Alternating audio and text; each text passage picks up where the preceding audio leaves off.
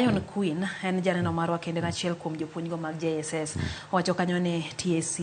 did not employ us one interns kata wacho ni mane momiyo wadwa mondo mi ondikwa e yo mongirore kata in permanent and pensionable terms. Nyiswa ni to ere kama kupet donje japuonj, ere kuma kupet donje mondo mi osund sirikal mondo mi olos ka kinde ko jopuonjgi nikech ang'eyo na achiel kuom gik mabedo timo kare rogen mano makelo natero mag jopuonjgi. Lydia mokwongo adwa wacho ni wan kaka kupet watete ane rights. Gima sirikal ontimo kuom ndiko jogi endi kaka on contract en gimiluongo ni unfair labor practice.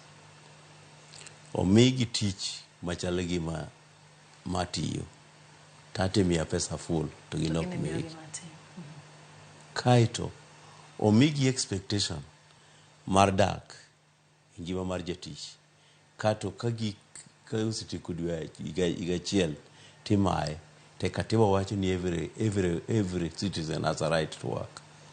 and to decent work for this matter. Ere kuma nyakono odhi marach en kare koro kanyende mamba donje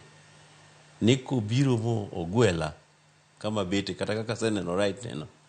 tabiro kawo gino kanyendo tachore mbele kaka dwa chore leader to kikipenja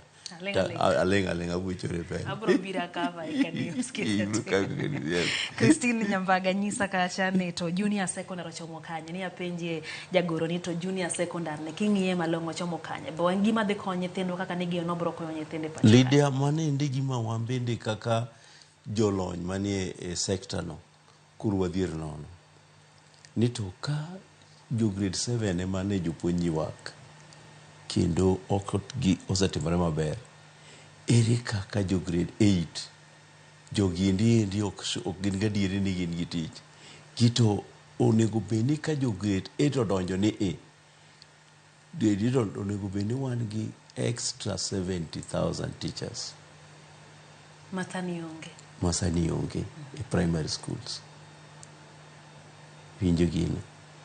wan gi 70,000 teachers maonge e primary school to wan gi an extra classroom ma jo form 4 seweyo to wan gi jopuonj monego puonje joka kocha koro idwa declare one section redundant to jok moko bende ok bedo utilized properly again primary section kae nikech gionge capacity to jok man gi capacity to deny the opportunity mondo otim their rightful job. Ang'ane monogi nikech ok en late Michael komagore ka wan mane first year odhi double kata odhi treble ka wadonje ne second year micro transition odonje grade 8 wan gi new grade 7 wan gi new grade 8 to secondary kuchocho classes odong achiel manono to bende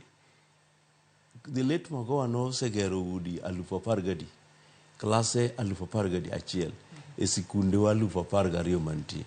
mangeche ni kuchocho en gima yot mondo med mana matin to kaendi tidwa med classes class achiel idwa medi to laboratory bi med ken winjo wachno to laboratory the late Magoha nogero udi 11,000 class 11 magina under 4 walls in 2 years. Kuro sani indi wadhi chopo grade 9 ka gero klase 21,000 kato wacho gero laboratory 21,000 kaluwore gi the number of primary schools mwan gi Kenya ka ma public. Kuro aparo ni nyaka be ni ng'ato somewhere nyaka parne mondo kik kadiponi an alor Kisumu kata alor Homa Bay to ng'ato goya gi kidi ni no kawacha dir awacha dir today kendo mana e Ramogi ramembe ng'ato ninde klas e migao mar somo no